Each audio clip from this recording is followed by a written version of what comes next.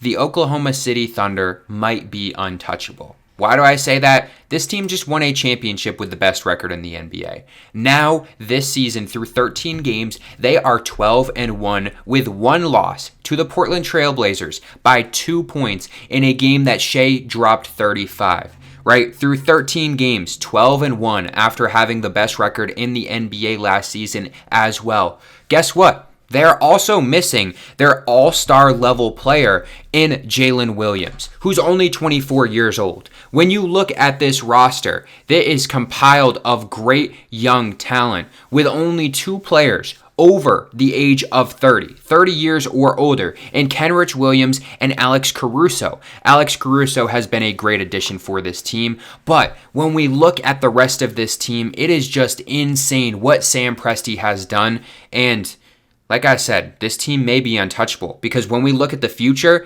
this Thunder team, when we look at the money, the draft picks that they have, I don't think they're going to be done anytime soon. Let's dive into why the Thunder could just go on a miraculous run the next 5 and 10 years, and I wouldn't be surprised if they win it almost every year at this point.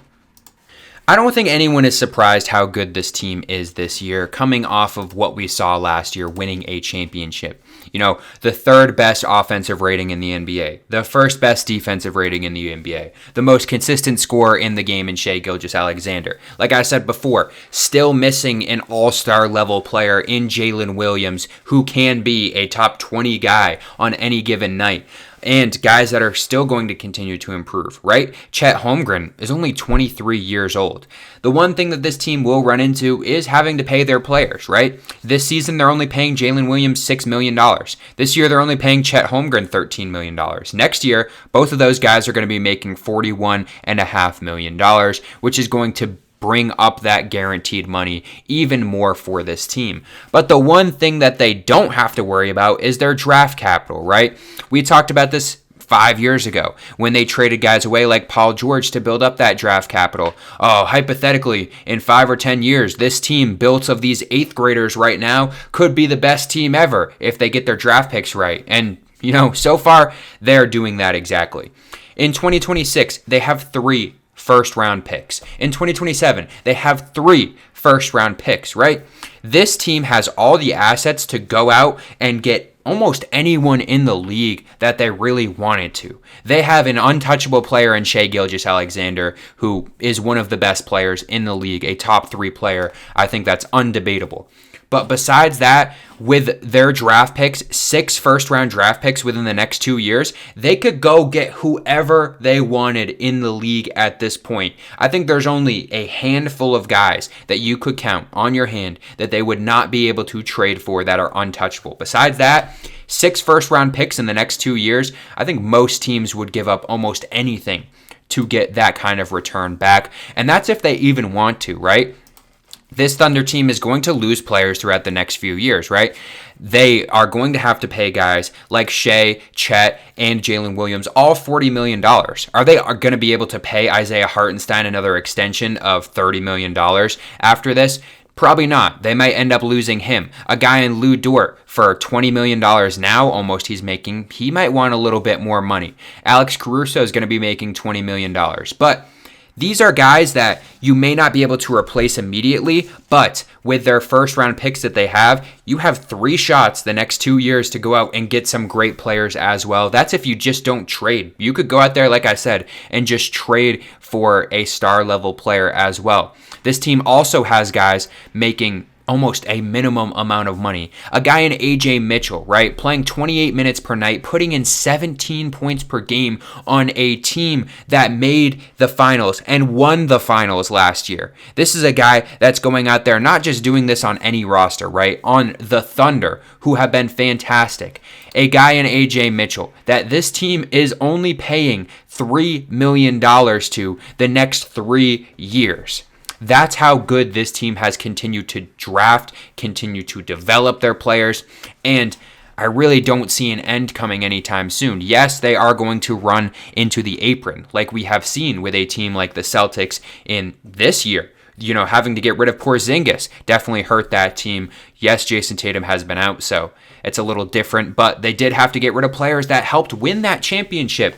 And the Thunder are going to have to get rid of players that did help win that championship last season. But the thing is, the difference is they have all the assets to go and get players to rebuild with that as well. And it's not like you're going into a full rebuild, but when you lose a guy in Isaiah Hartenstein, when you lose a guy in Lou Dort, yes, they're very good players, but with that amount of first-round picks, you either draft a guy or you can go and trade for a guy that's going to be able to get you that. And like I said before, the Thunder are great. Yes, they are still a small market team, but I think that is completely past it at this point. This team has continued throughout the past decade and a half since they've been in Oklahoma City to get stars to go there, right?